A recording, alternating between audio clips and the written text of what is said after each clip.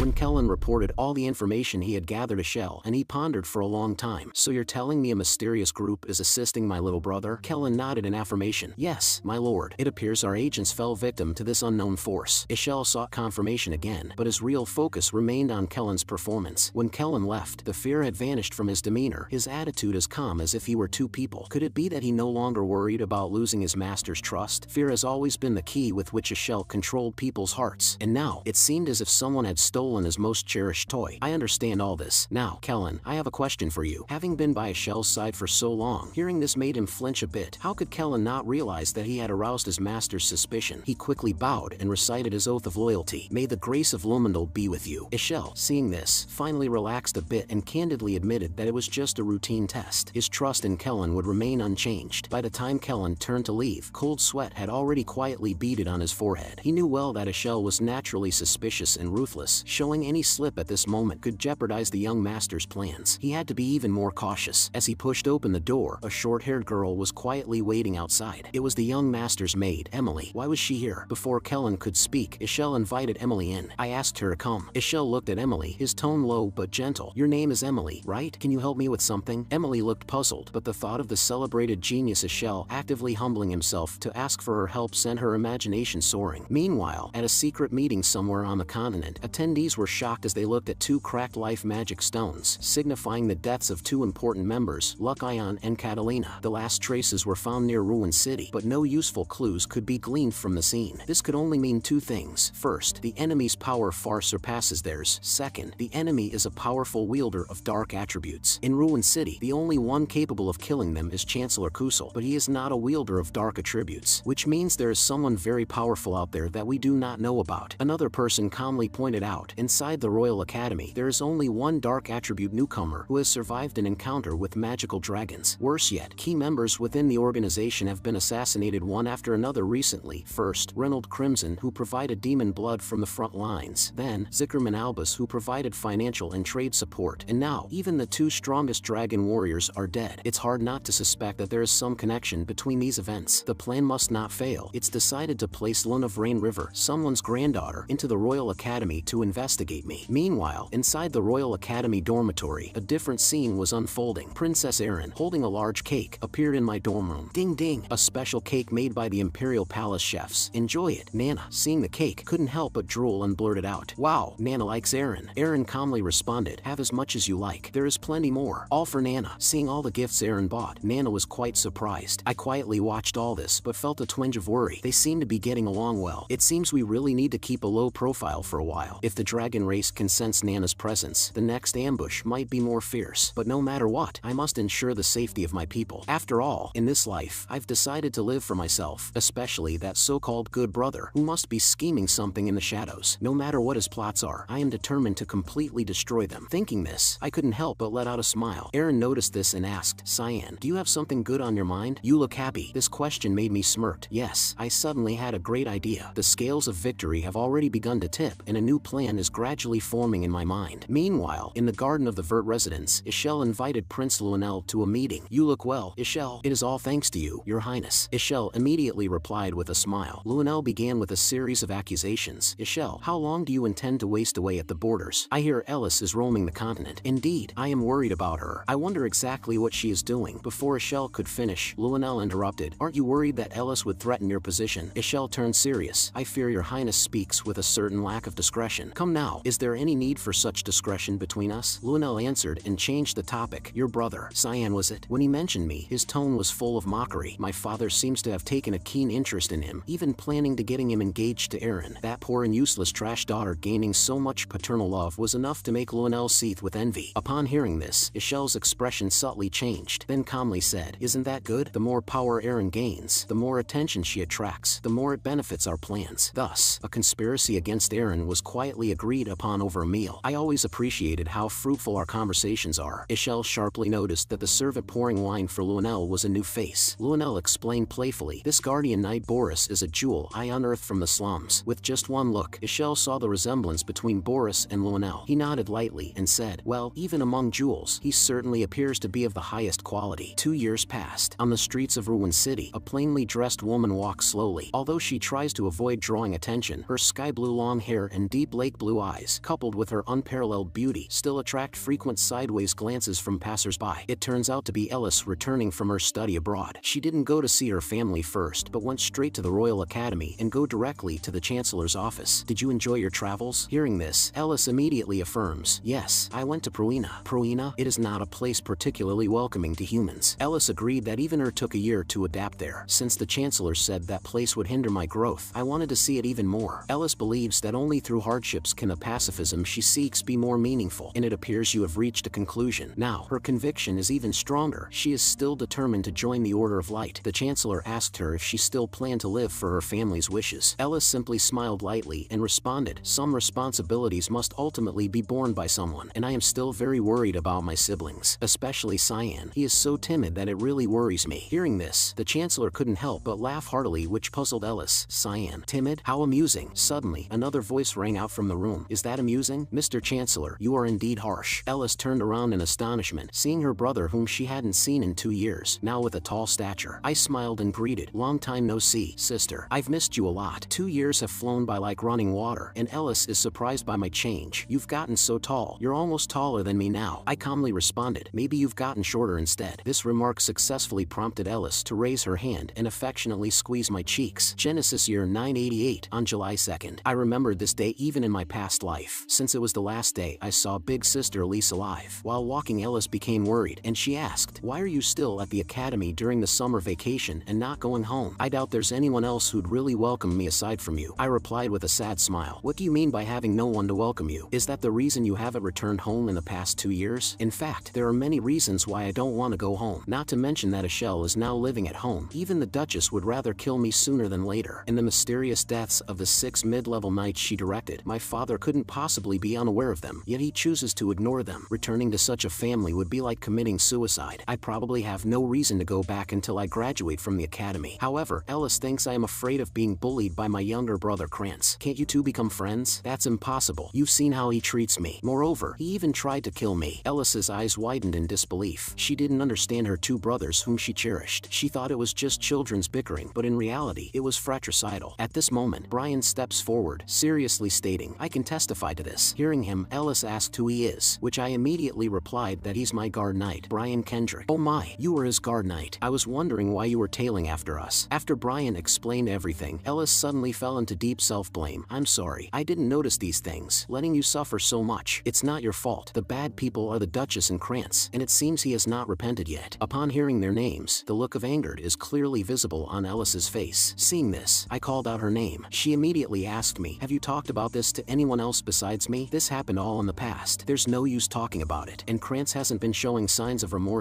I hadn't finished speaking when Ellis suddenly threw herself into my arms. You don't have to bear it all alone, Cyan. Keeping it all to yourself must be hard, but you can rely on me now. Your sister will protect you. This warmth and trust Ellis had once given to me. At this moment, however, I clumsily didn't know how to respond. I want to spend more time with you, but now I must go somewhere. Take care of yourself. Ellis's words left me stunned, but unexpectedly, she called out to Brian. The next second, she threw herself into Brian's arms. Please take good care of my brother too, will you? At this moment, my gaze toward Brian was almost murderous. Ellis must have credited this so-called guardian knight with my escape from that assassination. Yet, as I said goodbye to Ellis again, I already began to miss the moments spent with her. It's been a long time since I've seen her so angry. The last time was during a swordsmanship class with Krantz. What is that? Get up, you motherless boy. I said let's stop it here. You won so. After I conceded in the match, Krantz kept attacking and humiliating me. His pleasure has never been in winning, but in bullying the weak. Just then, Krantz froze. Ellis, who arrived just in time, stopped the farce. That angry face of hers, I had only seen once before in my previous life. Now, she already knew the truth about the ducal mansion. It seems that the family's peace can no longer be maintained, but only in this way can I protect Ellis and save her from the tragic end of her previous life. At this moment, Brian brought a purification list and a banquet invitation. Where did you get this? I asked Brian, which he immediately answered. One came through the academy, and the other I received from one of the cleaning staff. I casually set aside the invitation and picked up the assassination order. Are you not taking this? That's most likely from the Imperial Palace. Brian, seeing the Imperial seal on the envelope, agrees. What could the Imperial Court want? Meanwhile, Kairam suddenly took an interest in that invitation. What is it? Every year at this time, the royal family holds a banquet, and the Vert family is a regular guest. But such invitations, bearing the royal seal, are usually sent to my father, who then appoints which offspring will attend. In my past life, I naturally never enjoyed such treatment, but it's easy to see that these these banquets are nothing more than boring political gatherings. I opened the other envelope, and just like I guess, it was an assassination order. The Drinian Nepolis assassination incident. It was a major incident that occurred at the imperial banquet. The shock was far-reaching because he was the younger brother of the emperor. Are you going? Karam curiously asked. Yes, I have a business there, I firmly answered. Come to think of it, they sent a different person on this assignment in my former life. But I guess the head of the mist has really taken a special interest in me. How bothersome. Just then, Karam took a close look at the envelope. Wait, isn't the signature from Princess Erin? Is that so? I flatly answered. Karam immediately teased. Your first love letter. I thought you were just a kid, but I seem to have underestimated you. You've all grown up now. I mercilessly cast a control spell on Karam. It looks like I have to go to this banquet after all. Just then, Nana's voice, saying she was hungry, came from the hall. However, when we all looked towards her, we all stood frozen in place. While they say children grow up fast, can someone tell me why Nana can grow so quickly? Meanwhile, inside the Vert mansion, Ellis rushed in hastily, her urgency a sight never before seen by the servants, who all paused in their greetings. But Ellis was concerned with only one thing. Mother, no, where's the Duchess now? Meanwhile, the Duchess was peacefully reading in her room when she heard a commotion. By the time Ellis burst into the ladies' room, Margaret quickly greeted her. It's been a long time, Ellis. How have you been, my daughter? But Ellis, ignoring her, strode forward and harshly slapped Margaret across the face. They say a sister's love for her brother is a form of bloodline suppression, but she is second to none in protecting him. Ellis's slap formally declared her break with her stepmother. Margaret, shocked at being struck by her daughter in an act of overthrowing, exclaimed in anger, "Are you mad? Are you all just loafers?" She had never thought she would be confronted and reproached by Ellis, nor had any reason to provoke her. An innocent-looking Margaret was about to explain when Ellis cut her off. "How dare you to think of killing my brother Cyan?" Margaret's face turned pale instantly, and she quickly denied it. "Nonsense. Do you have any evidence?" However, seeing Margaret's panic-stricken demeanor, Ellis had already confirmed her suspicion. She was right. Your reaction just now has indeed confirmed the facts to me, Ellis said coldly, her tone resolute. Margaret, infuriated with embarrassment, exclaimed, "How dare you confront me without evidence? What are you waiting for? Throw her out." At the explicit order of the Duchess, the guards could no longer stand by idly, and after apologizing to the young lady, they moved in on her. However, Ellis was not one to be easily handled. She flipped over to dodge the grab, and immediately, brilliant water elements appear out of nowhere. Elemental spirit, Undine. The water element broke through the guard's encirclement as if it were an extension of her own limbs, each strike precise and powerful. Elemental magic. How can she so easily defeat so many knights? Margaret began to panic. "Don't come any closer. What exactly do you want to do?" Margaret's voice trembled. Ellis said word by word, "Guardian Knight Brian has already confessed everything. He identified you as the mastermind behind the assassination attempt on my brother 2 years ago. Did you think you could get away with it just because he kept silent?" Margaret's face turned pale, but she still retorted stubbornly, "You would rather believe those lowly people than me? That bastard child just stole a sliver of humble bloodline. Are you mad to take his side?" "Shut up," Ellis said angrily, her voice sharp. "Your power is nothing but derived from others. Now, I'm going to tell father everything. You're finished." Watching Ellis's retreating back, a sneer slowly emerged in Margaret's eyes. This fool. After all she's been through, she still hasn't seen clearly. Duke Wyliers has always been indifferent to that rootless offspring. His true concern has always been the family's glory and his eldest son, whom he sees as the heir. When Ellis entered the Duke's study, the Duke merely responded indifferently, "I've known about this for a long time, so what do you want to do?" Ellis was stunned, incredulously looking at her father. "What do you mean? Your own child was assassinated, and you are not moved at all?" The Duke's gaze remained calm, unflustered. "I don't want to explain anything about this. It seems the result isn't too bad, is it?" Ellis's voice trembled with anger, but those were 6 mid-level knights. If it weren't for his guardian knight Brian, he would have already. The Duke couldn't help but chuckle. "You mean that fool? Do you really think he could handle 6 mid-level knights by himself? He's just a runner, a menial." Ellis caught some key points in her father's words and paused. "So you're saying those 6 knights were actually killed by my brother?" The Duke sighed, his tone somewhat dismissive. "It seems you don't understand him at all. How about letting go of these issues and taking a break? I need to return to the front-line camp. You can attend this royal banquet on my behalf. As for your brother, don't worry, he's stronger than you think." "What do you mean by strong?" she thought to herself. Watching the Duke's departing back, Ellis stood frozen in place, deeply puzzled by her father's logic, but he clearly had no intention of pursuing the matter further. "Don't worry about him," Ellis murmured softly, full of doubts. "He's only a 13-year-old kid." Ellis paced restlessly in the corridor, her mind in turmoil. Just then, someone called out her name, and a suddenly appearing figure brightened her vision. "Is that you?" "Cecilia." Cecilia warmly greeted. "Congratulations on your return, Lady Ellis." The next second, she couldn't help but throw herself into Ellis's arms. "Where have you been this whole time? You haven't sent a single letter in years." Ellis, full of remorse, could only try to soothe her. Cecilia Rain is an elite knight of the Order of Light, but for Ellis, she is not just a knight, but also her personal maid, teacher, and friend. Ellis breaks free from the hug. "All right, how about about a change of scenery after a long time, Cecilia? Cecilia was puzzled about what she meant. Let's go out for some fresh air. How about a stroll through the Imperial Palace? Meanwhile, on another path, Nana, dressed in a maid's outfit, was amazed by everything around her. Wow, look, a deer! I resignedly let her make such noises, only reminding her, Nana, tuck your tail back in. Upon hearing the command, Nana reluctantly activated her magic, hiding her tail, wings, and horns. Unexpectedly, she had awakened such abilities as she grew older. Now, it was indeed much safer to walk around with her outside. However, I only dared to think about this idea. You haven't forgotten what we agreed on earlier, have you? I confirmed with Nana. Nana immediately responded with conviction. Of course, I am the young Master Cyan's maid. That's who Nana is. Seeing her like this only made me more worried. Not good. She's too excited, and I feel like she's about to cause trouble again. Just then, the carriage suddenly stopped in the middle of the road. I pushed open the window and asked Brian what happened, only to find several bandits blocking the way. Their opening lines were unchanged, actually saying, leave your valuables, or else you'll regret it. What was I expecting? Quickly dispose of them. I still sat calmly inside the carriage, unmoved. What happened, Daddy? Nana curiously asked, to which I just responded, it's nothing, just a bunch of bugs. Continuous training and the rare full dragon feast have greatly enhanced Brian's abilities. Dealing with these annoying pests, he could finish them off quickly. Brian leaped into the midst of the robbers, his long sword swinging like the wind. In a flurry of motions, he had already beheaded the leader under his horse. The surrounding robbers, inflamed by blood, surged forward. Brian let out a sigh. Consecutive quick slashes. The speed of the long sword suddenly increased, and as Brian extended his arms, he knocked down the attackers one by one. Against these unprotected robbers, the speed advantage of the wind attribute was simply invincible. The once weak Brian was no longer weak. He had indeed grown. Come back and drive after you're done. No time for you to pose. Okay, master, coming right now. Meanwhile, Sirika was reviewing the list of attendees for the royal banquet. Her subordinate couldn't help but advise, there are quite a lot of participants for this banquet especially. How about delaying the plan? No, we have to use this opportunity to kill him. Sirika's voice was stern and decisive. The assassination of Drenian Nepolis. Is there a reason why you're rushing that operation? Drenian's actions are disgusting. He is a sex criminal who uses his power specifically to prey on married women, so he deserves what's coming. But the reason we need to execute him quickly is another matter. Sirika paused for a moment, then slowly continued, because he is my fiancé. Just then, Sirika noticed an attendee. Is this kid participating in the banquet too? What's going on? Luna of Rain River, a genius magician with 20% full attributes, because of her frail body, is unable to attend regular classes. Her other identity, however, is the granddaughter of the head of the Garum Magic Association. Luna, due to her physical condition, has been resting at home and never appeared in public. But now, her name is conspicuously on the banquet list. From what I've heard, Council Head Rygans had sent her himself. Sirika had a nagging premonition. That deep-thinking old man must be plotting something in the shadows. On the other side, after days of hurried travel, our group finally arrived at the grand streets of the Imperial City. Fortunately, we were not late. This city is clearly more bustling, and the streets are wider. Nana, excited, looked around eagerly, her face full of curiosity and excitement. However, in her obliviousness, she ran into a passerby. The passerby immediately became furious, bellowing fiercely, "Are you blind? Can't you see where you're walking?" Nana was startled and immediately apologized meekly. "Sorry, what can I do to make it up to you?" Hearing this soft voice and then seeing Nana's small face, the person immediately blushed. "Haha, it's okay, no problem. If you like, you can bump into me a few more times." Nana turned to me and shouted excitedly, "Daddy, look, people here are so friendly." I instantly felt a headache, giving a cold glance at the friendly guy. He's not being friendly. I almost forgot that she knows too little about this world and is completely unguarded. "Nana, you need to be wary of others," I seriously reminded her. At this moment, Brian suddenly reminded, "Young master, look at Nana's eyes." I looked at her, alarmed, and saw that her pupils could no longer maintain their disguise. "Daddy, I'm hungry." Her hungry nature was emanating a strong aura that couldn't be ignored. "Brian, hurry and take her to the nearest restaurant." Brian immediately sprinted. Nana gets stressed the moment she gets hungry. This is concerning. They say a teenager can eat their parents out of the house and home, and as Nana grows, her appetite seems to have doubled. I feel so much better now, Daddy. Fortunately, I brought a lot of money before we left. I'm at a loss for words. Raising a child is really difficult. Just as I was reflecting on this, the next second, a strange energy entered my range of perception. A refreshing blue-haired girl approached me. "Hello, I've been wanting to meet you. You are Cyan Vert, correct?" Then she smiled. "She knows my name." "That's right, but who are you?" I asked, puzzled. I had no recollection of her, but she made herself comfortable right beside me. "I'm Lunav. I'm at the same academy as you, but I'm a sophomore." Hearing her introduce herself, the name Lunav sounded vaguely familiar to me. I didn't know since I'm not particularly interested in my juniors. She smoothly continued the conversation. "It's fine. Compared to a well-known academy star like you, I'm a complete outsider." Nana and Brian, seeing the newcomer, couldn't help but question her identity, because the way she looked at me, it surely wasn't like how one treats a friend. "It looks like you have a good relationship with your guardian knight and maid to be able to dine at the same table with them. You seem so gentle, which is quite different from the rumors. There's no particular reason to eat away from them, I flatly answered. It was hard for her to scrape up such a bizarre compliment, and I was already getting irritated. What purpose is she approaching me for? She finally revealed her true intent. Are you also here for the royal banquet? Yes. How did you know? A person who never leaves the academy suddenly comes to the imperial city. What other reason could there be? I am also among the invited. We'll see each other there. Hearing this, I thought to myself,